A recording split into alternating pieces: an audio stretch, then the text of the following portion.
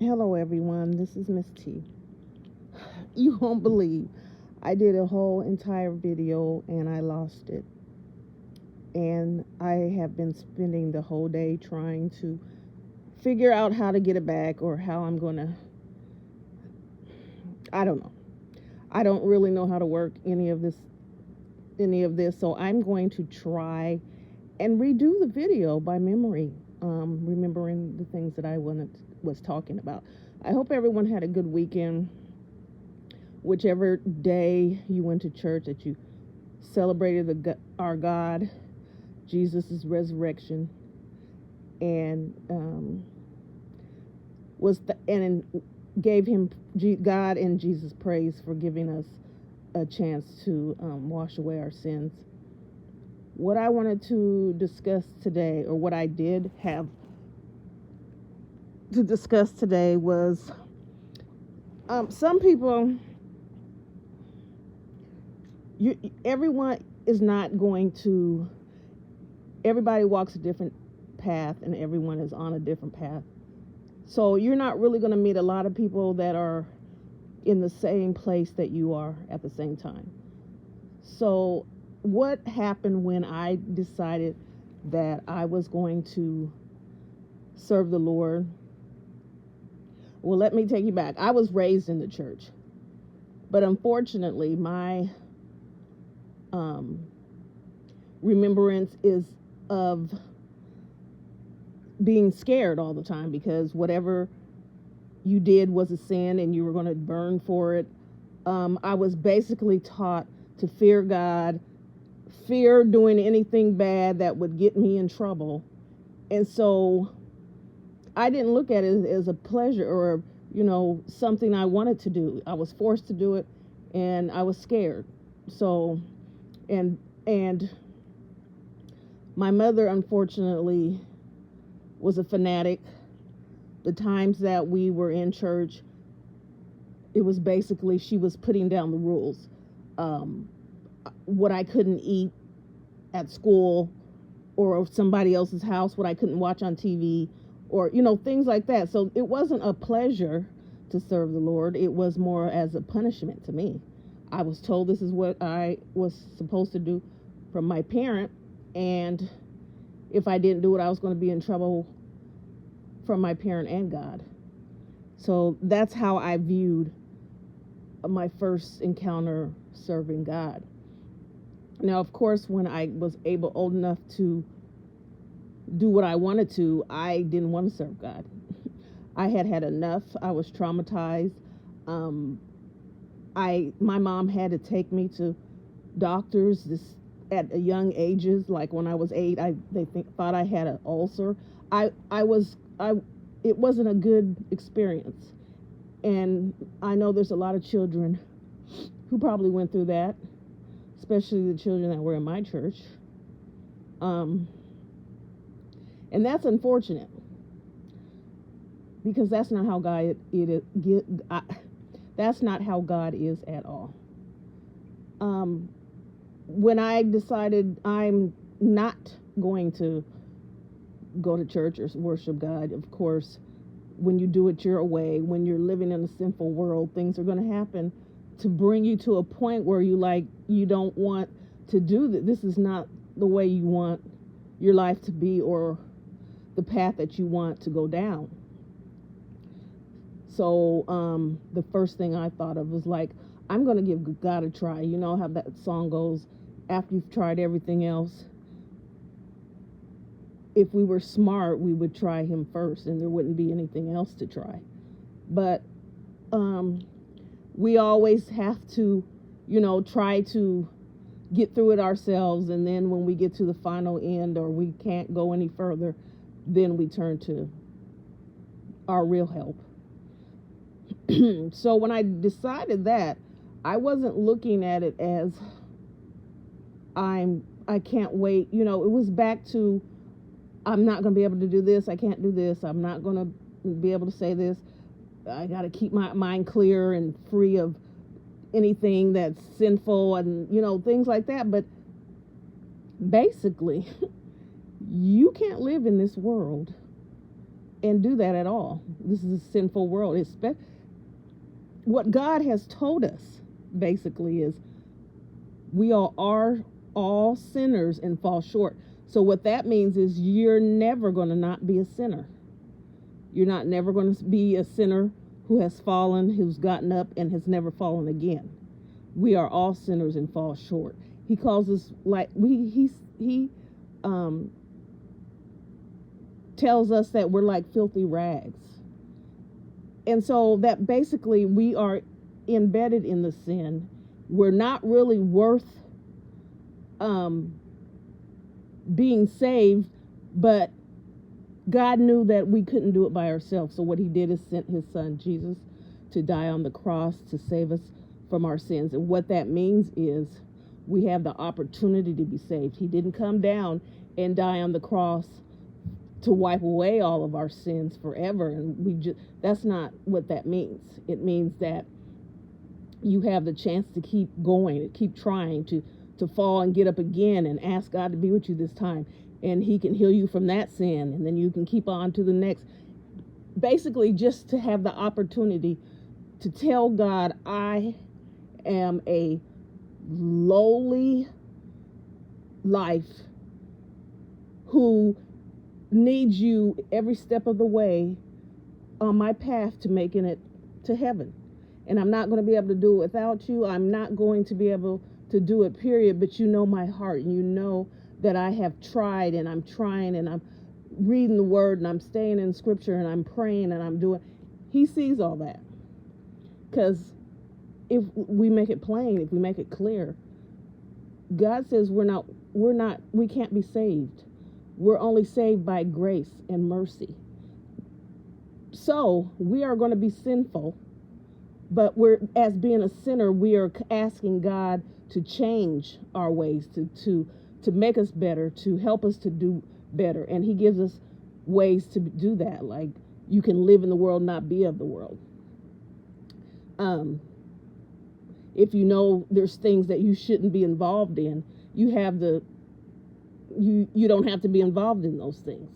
You don't have, of course, your mind is trapped in everything that you see around you.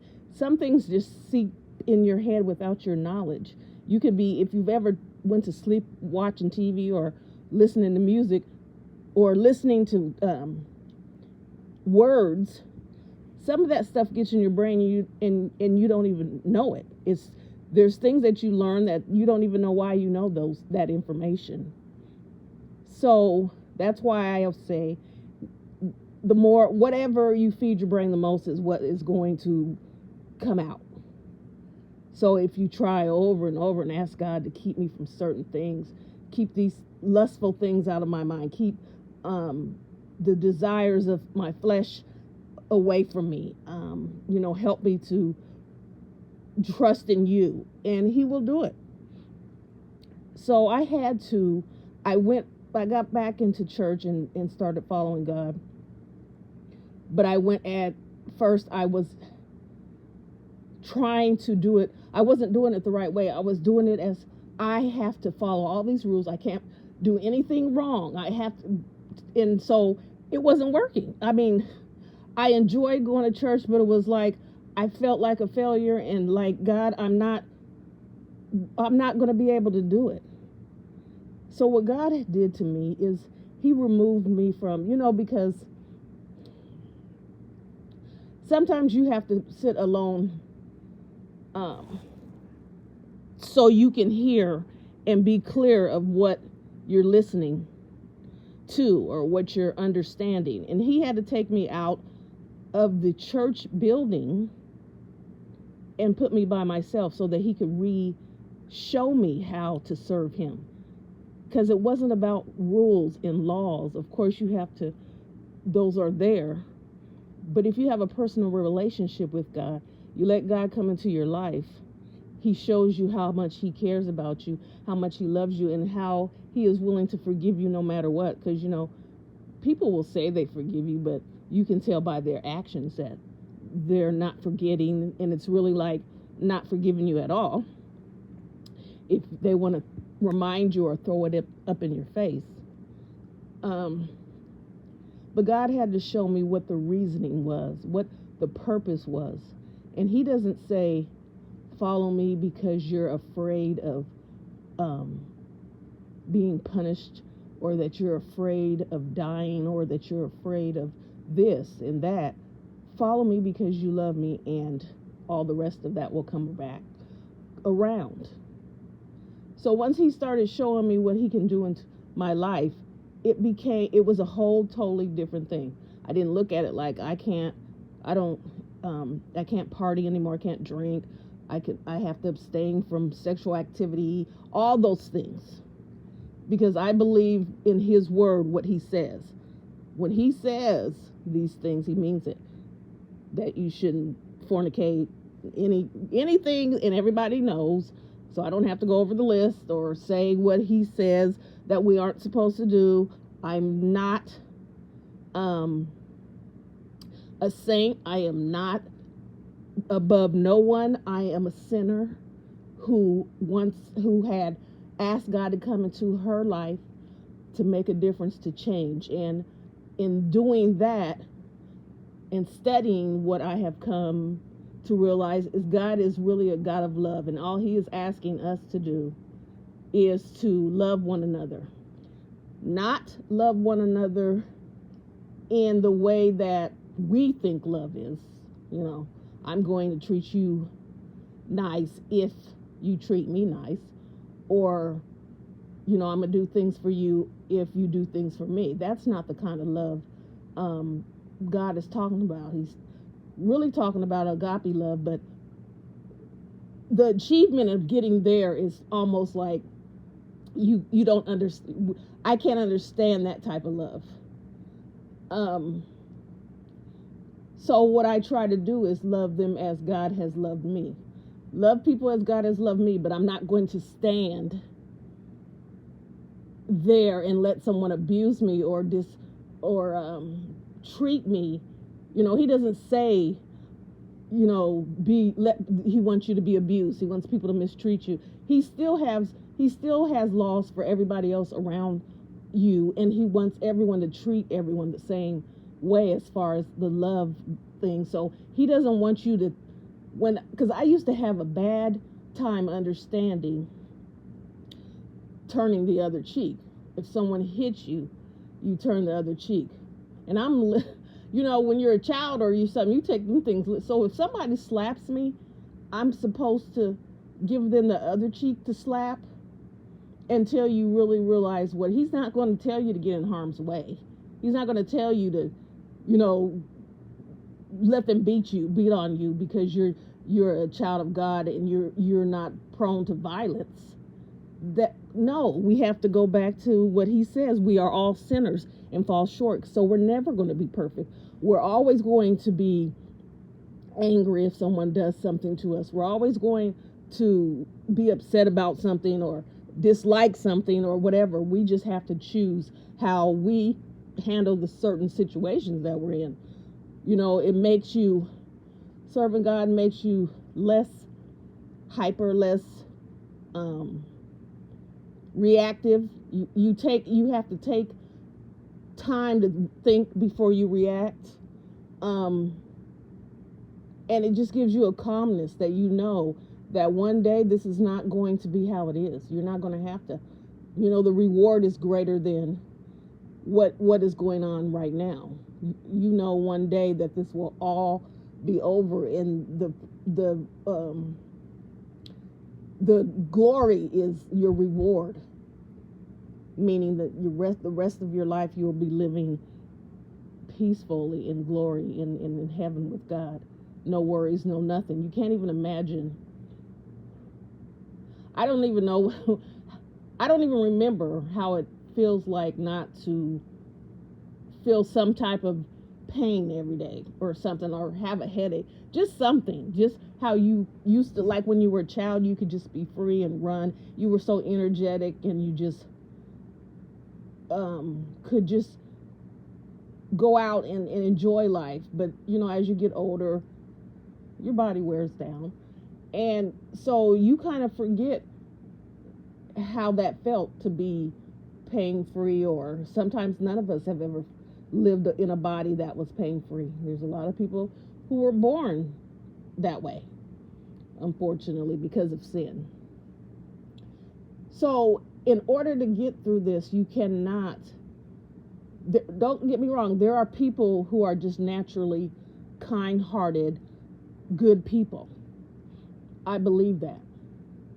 And I believe some of them don't really, they believe in God, but it's not their life. Like, some people believe in God and just, that's how they believe in God. I'll go to church on Sunday, especially on Easter. I will pay my return a tithe. I will, do certain things. But then there are people who live God, which means that's their life. That's their everyday thing. Everything is God, based around God. So whatever they do in their life has to be according with what God's will is. So they're not going to, all their decisions are going to be made with what God aligns with what aligns with God. And so it's not just of afterthought. It's not just, I'm going to worship him on a certain day, one day of the week, I'm going to return my tithe. No, it's going to be a physical, mental walk journey every single day. That's the life, and then everything else around it comes after. So everything that you do has to be thought and purpose of how God would want you to do it, or how God has been there for you. It's just, once you've realized, I just want people, I know that some of you give me feedback. I appreciate everybody and all the people who support my channel, but testimony helps other people to understand that when I can testify, when I can sit up here and say God is real, I can say it and not feel ashamed, because sometimes people make you feel like there's something wrong with you, or you might be a little mental if you say things that are not popular, because I know it's almost like we're supposed to believe that there's a God because that's what everybody was told. So people go along that way. But when you really get to know God and let him into your life, and you find out that this is not, that he is really real, things make a change immediately. What God will do is he'll catch you by surprise. Like when God before, when he started to show me, because he says all you need is faith of a mustard seed, which is really, really tiny, which basically means you don't have to have faith. Just it's really like having no faith at all. You're just hoping. You're just hoping this is good, that you're hoping he's real. You're hoping that there's something after, there's something beyond this. And so when you give that hope, you let that hope happen, and he starts to show you that he is real, you are just, there's sometimes, I used to be scared because I'm like, I really wasn't ready. I don't know, it frightened me. Because like I said, when I was raised in the church, it wasn't a pleasant experience. My mom, I was told to pray to God if you needed help or if you were in trouble or whatever. But I really didn't, as a child, I wasn't thinking that it was a person, or that it was actual a form, or he was really real for me. This is what we have to do to stay in line, be good people, and try not to indulge in evil. But when you're older and you can understand, and you can study, and he shows you the light, because he's not going to give you too much where you can't understand. He wants you to be able to take it in and understand it. because only a true person, because God requires, when you decide and you know the truth, he requires something of you, and that's for you to be a warrior, be a soldier. He wants you to be a disciple. He wants you to spread his word, his message to other people just that were just like you, before you found him. Because what the Bible tells us is Jesus is not going to return until everyone knows his word. And what that means is the true word, because God already knew. We didn't know that we were going to have things removed. We were going to be lied to, or different things. We had to relearn the truth. We have to study over again and know that this is not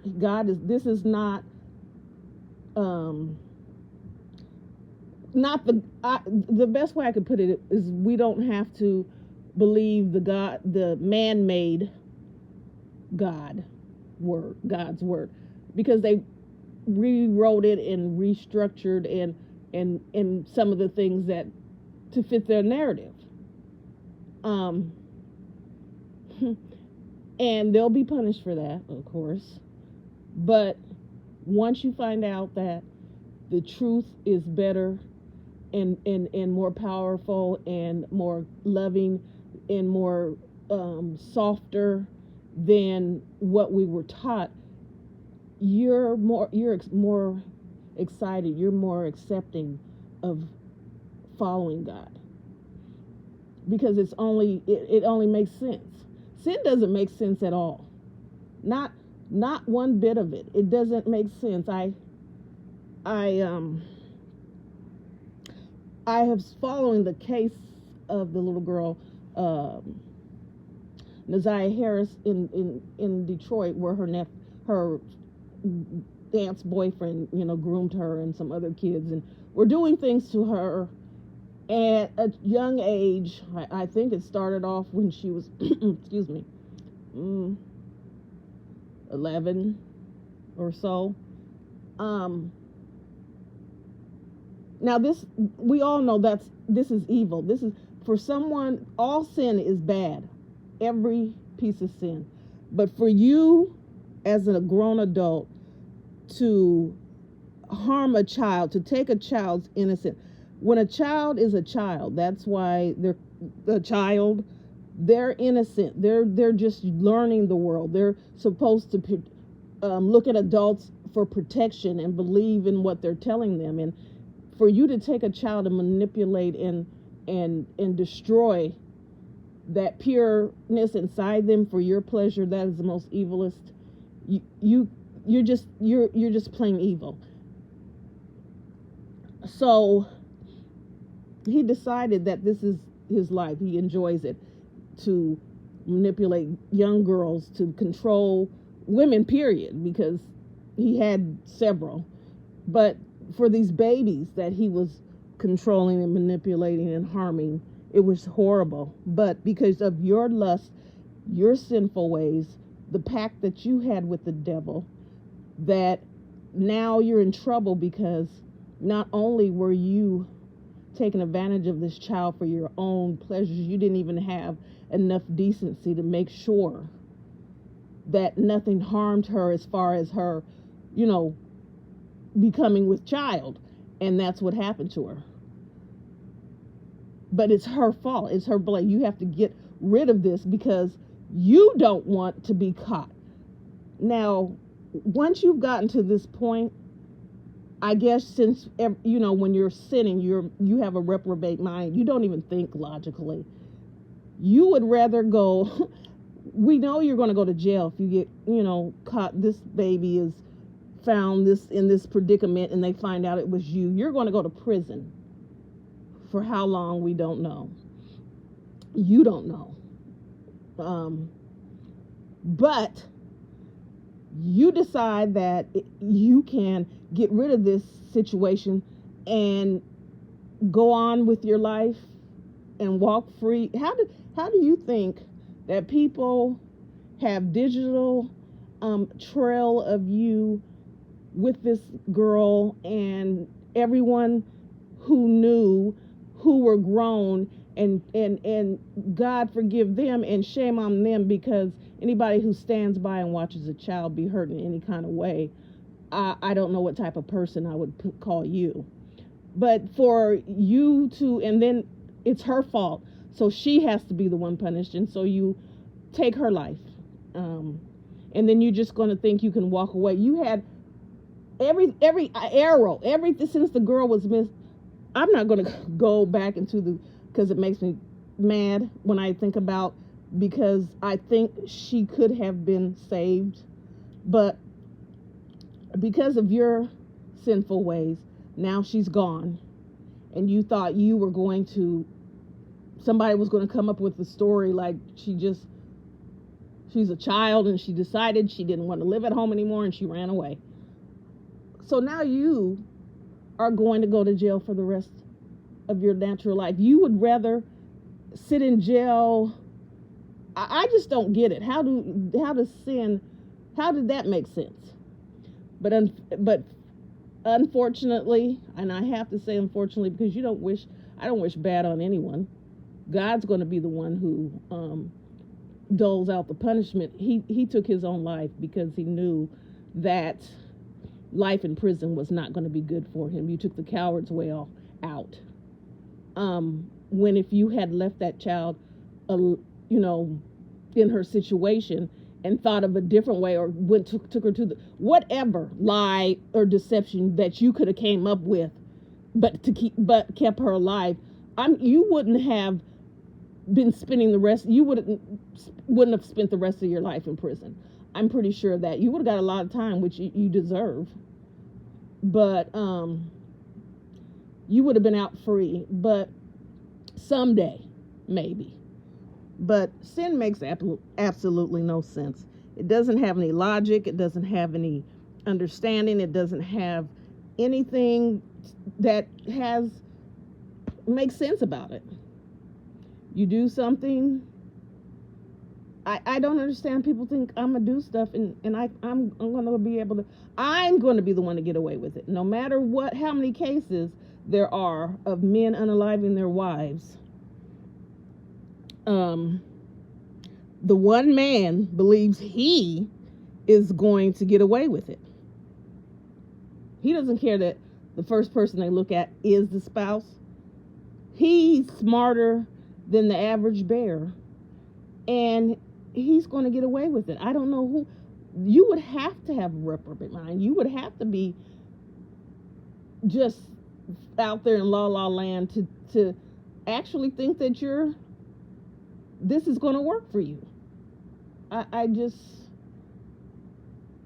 hope I never understand how that works for people in their minds. I know it. I will never understand. I don't even want to go that route. I don't even care to, when you ask God to help you through this walk, through this journey, he takes things away from you that you thought, well, what's going to happen? Because be truthful, sometimes doing sin is made to be fun, because that's what the devil, how the devil gets you. If it was something that you didn't like to do, you wouldn't do it.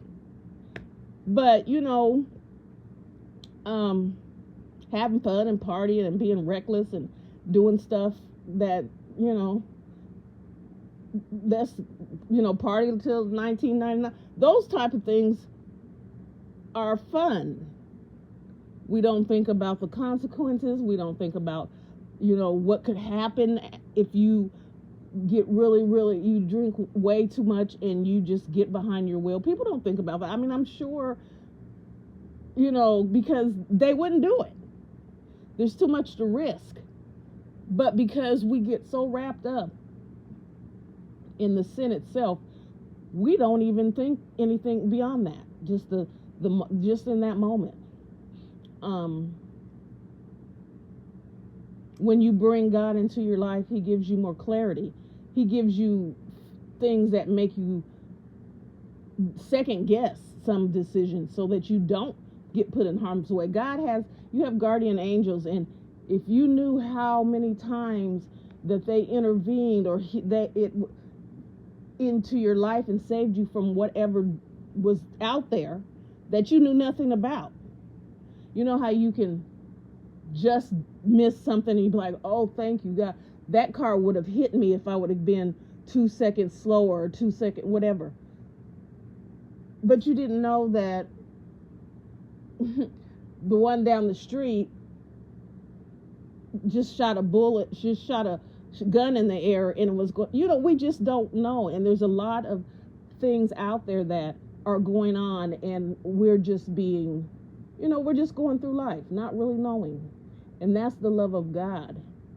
Who would want to live life thinking every time you walk out your house something bad is going to happen, or something terrible is going to happen? You couldn't even live. We live like tape up everything and sit in the house and just in the middle of the room and not touch a knife, not cook nothing, don't have a gas stove, don't turn on the dryer, don't do anything.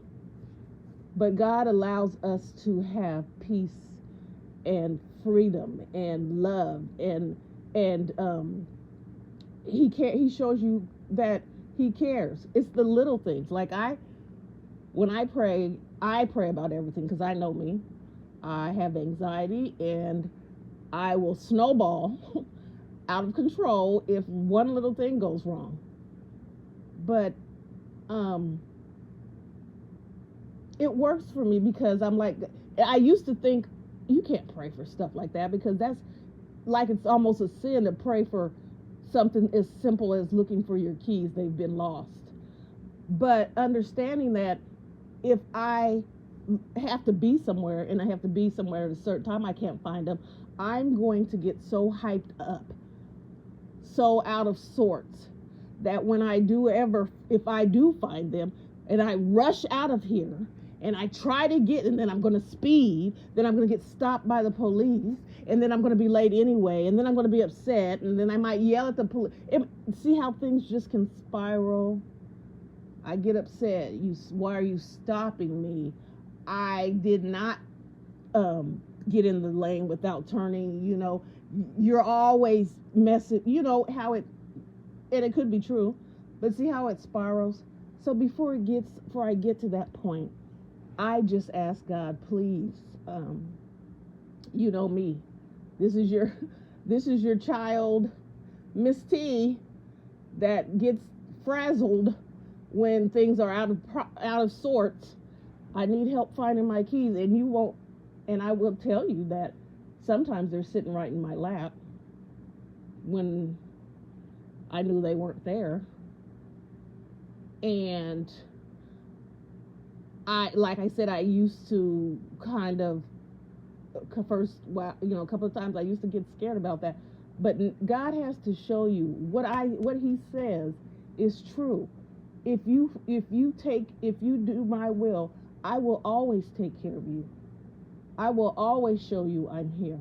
I will always try to keep you from harm. He didn't say your life is going to be perfect, that you're going to walk down this path, nobody's going to touch you, that you're always going to have money in the bank, that you're going to always have food, that you're not going to have a headache, that you're always... He didn't say that. I will share a story. I have my car. I really haven't, and I thank God that I really haven't had major repairs, but I remember one winter that I was driving to work and I heard a pop, and it sounded like my tire might have popped, but it wasn't my tire. And of course, when we don't, the car's still running, we don't even want to think about it. And I didn't. I just went on. Now, further on down, it could have been almost a year later, my car started messing up, so I took it in. And they told me that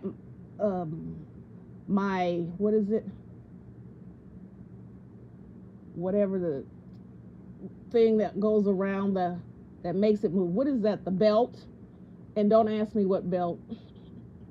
I will have to look and find out. But whatever it was, my car shouldn't have been running. and it ran for almost a year. Um, I don't know what that purpose. There were things that I was going through and things that I don't know. God prepares us for things that we don't know are coming, or God gives us enough to show us that you can have faith beyond belief, that something shouldn't never be, but because how good He is, it always can be. And so when I took it into to get fixed, of course they told me your car shouldn't even be working. And I knew immediately, well, it's working because God allowed it to do that. Yes, it was a lot of money to get it fixed, but I don't know if maybe I saved up enough. I don't know. But at that particular time, whatever I was going through before, I wouldn't have been able to handle, you have to pay this much amount for your, just sometimes things just fall all at once. And because He never said your life is going to be perfect, but He always comes through. So there's many, many more stories I could tell of His true goodness and His mercy and His grace that would blow people's minds, because it's still, every time it happens, it still puts me in awe. But it gives you a boost of energy, like you're on the right path. That God has given you a sign that you're doing His will. That you have to be willing to surrender, to give up all the things that you hold on to that you think make you, and let Him rebuild you His way, so that you are able. It's not easy to go out into the world. It's not easy to be in the world and be of a different, I don't know what the word is, because I know there are people who are kind and loving naturally. I know they're all over. Sometimes people might think you only run into them so often, but I know a lot of people like that. I've been raised around people like that. My mother was, when she just, gave her life to God, my mom would take in kids off the street that we didn't even know, And when you're a child, you don't understand this. Like, we barely have enough food for us. So why does she keep bringing in these kids? And you just don't understand, but it's not for you to understand. That was her. That's what God was impressing on her heart to do. Everything is not for you to know. God doesn't have the same walk as He has for somebody else. So you can't judge anyone else for what they're doing. You can't question anybody else's decisions, because those are not it has nothing to do with you. God gave you God gave you what He wanted for you. Now He wants us all to live righteously and follow Him, but He gave everybody a gift, and maybe your gift is not that person's gift. So you don't need to know why they do what they do. How does it benefit you? Because there's not a 2-for-1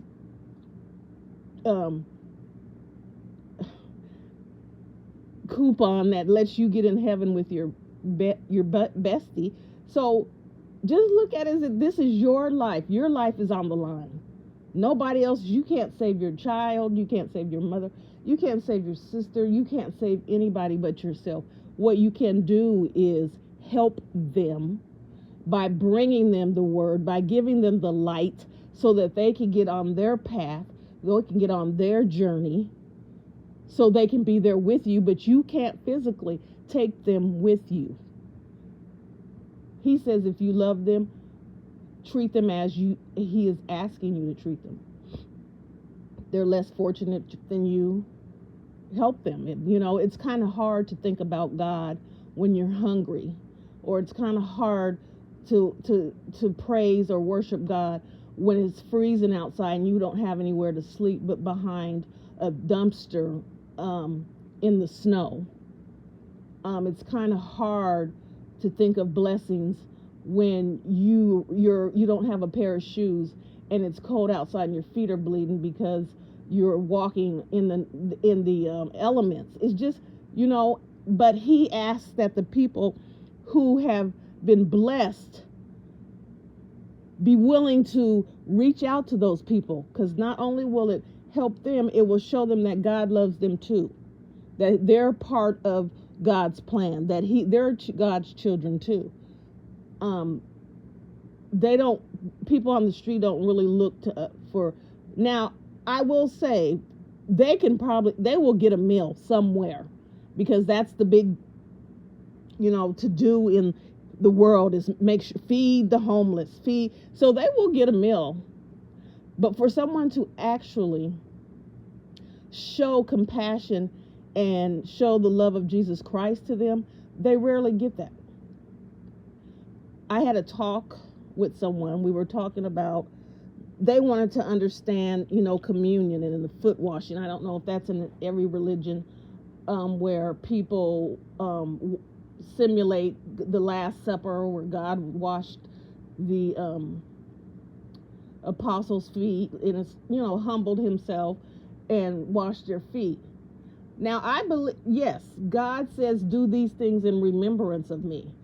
But to me, when you just do this on this day that is given to you, that you're supposed to represent, it's just a simulation. Yes, you can wash Sister Sarah, Brother Dennis's feet, and, tell them, hug them and kiss them and tell them that you love them. But are you willing to go out in your 3-piece suit or your suit, pantsuit, and see a homeless person on the street whose feet are bleeding because their shoes are too small and they just took them off? Are you willing to get down and take care of their feet to help them get healed? Are you willing? Is that the kind of humbleness that you have in your heart? Or are you just simulating this because that's what God, you're doing it in remembrance of God? He wants you to remember him, all right. You have to remember him to do his will. But this is not a game. He wants you to practice what he's telling you. He wants you to do. You can't just get in there and come in and say, I'm going to donate. Well, that's up to whatever people think. I'm not going to tell people what they can't do. I'm just saying, what type of life are you willing to have change to? Things can't get done if people don't make a change. Good intentions aren't going to be fulfilled if they stay intentions. It's not easy to try and make people understand that this is not, of course, when you try to be a good person, you try to live your life right, and you try to do what God says, people are waiting for you to fail. They are actually hoping you do, because then that'll make that makes other people feel good about themselves. Like, I knew it was fake, because can't nobody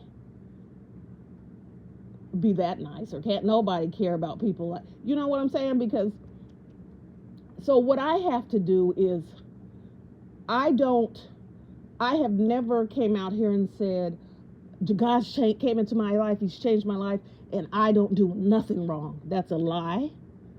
I've never said it. I don't want people to look at me and just be looking to see me fall, so they can just be like relieved that who does this? Like I said, I always teach that wrong is right and right is wrong. Who wants to walk around being happy? Who wants to be nice? And who wants to help people and give people money? And who wants to go out and feed people on the street? And who wants to try to give other people advice, or mentor other kids, or mentor other women? Or who wants to be like that? There's a lot of people who want to be like that, and who are doing that because because they've been shown the light, because they've been given the real light. And if you don't feel that power that Jesus gives you when you serve him, maybe you need to pray and understand, ask him to give you the understanding, to show you what that type of power, what that type of light is, where you don't have to try to bring someone else down or try to hurt them with their words because you really feel bad about yourself inside, where you want to let everybody shine because, and you can stand back because everybody, you feel proud when anybody is shining. It's not you're not selfish and you want all the attention for yourself. It's easy not to have attention when you're serving the Lord because that's not the type of attention you want. You want God's attention. You're so busy trying to please the Lord that everything else doesn't matter. It just is just a thought in your head. Like, I know that women, even men too, especially as they're getting older, want to feel attractive and still want to feel like they're wanted, and I get that. But when God comes into your life, what you used to think about or what you used to care about, you no longer care about it. It's not a concern of yours. I don't care if you think I'm ugly. I don't care if I can't, what you want to see, just, it's not a concern of mine. I'm not put here because for you to look at. I was born, God gave me a promise or gave me a gift. I decided I was going to serve God, and this is what I'm doing. I'm not doing it for any man, for any woman, for any attention, for any fame, for any fortune, for any viral, for anything. It doesn't matter. So you can walk freely. If there's somebody who doesn't support you or you feel you're not getting enough support, it doesn't matter because the things that you put out there are because of what God, and when you put it there, he's going to be the one that get people to listen or to who it needs to get to, not me. That's why I will never be monetized. I already know that. I don't want to be because I don't want anybody to tell me what I can't say about the Lord. Now, if you choose to silence me, I'd have to find something else to get the word out. I don't think that I'm putting anything bad out. I don't think that I'm deemed a terrorist or whatever. This is just the true facts. God is real. Jesus is returning. If you don't do his will, if you don't get your life right, if you don't remove yourself out of sin, you're going to be lost. And that is the bottom line. You cannot get eternal life doing it by yourself. You're not going to be able to do it by yourself. Not at all. If you don't allow God's to be fully in your life and to remove, we have lived here so long that sometimes we take on we're just angry all the time. We've been through so much, and rightfully so. There's people that have been through hell and back, who have been abused, just everything you can think of, who really shouldn't be here, who really probably should have taken, drank themselves or drugged themselves, really. But when you find out that God still wants you, still loves you, and still wants to take you to heaven, when you think, because when you hit rock bottom, you think you're not worthy of anything, because other people let you know that. They're always going to let you know. They'll remind you of your past, or remind you if you were on drugs, and remind you of the things that you did, and remind you that you used to drink so much that you would do stuff to embarrass yourself. They always want to do that, but the person that matters the most, the only person that matters, take that most back, the only person that matters still loves you and wants you and still is telling you you're worthy, and he will take you as is, on all your filth and all of your past and all of everything. He will still love you. He's not afraid to reach out and touch you. He's not afraid tell people he loves you. He's not afraid to be seen in public with you. He's not afraid. Hold on to that hand. All the other hands are just, they're either out there, for other reasons. Hands out for money, hands out to push you in front of that train, hands out to stab you in the back, hands out, clap for you sometimes, hands out, just for whatever, but hold on to his hand, because his hand is the only one that matters. And with that being said, I hope everyone has a blessed evening and a great week. And until next time.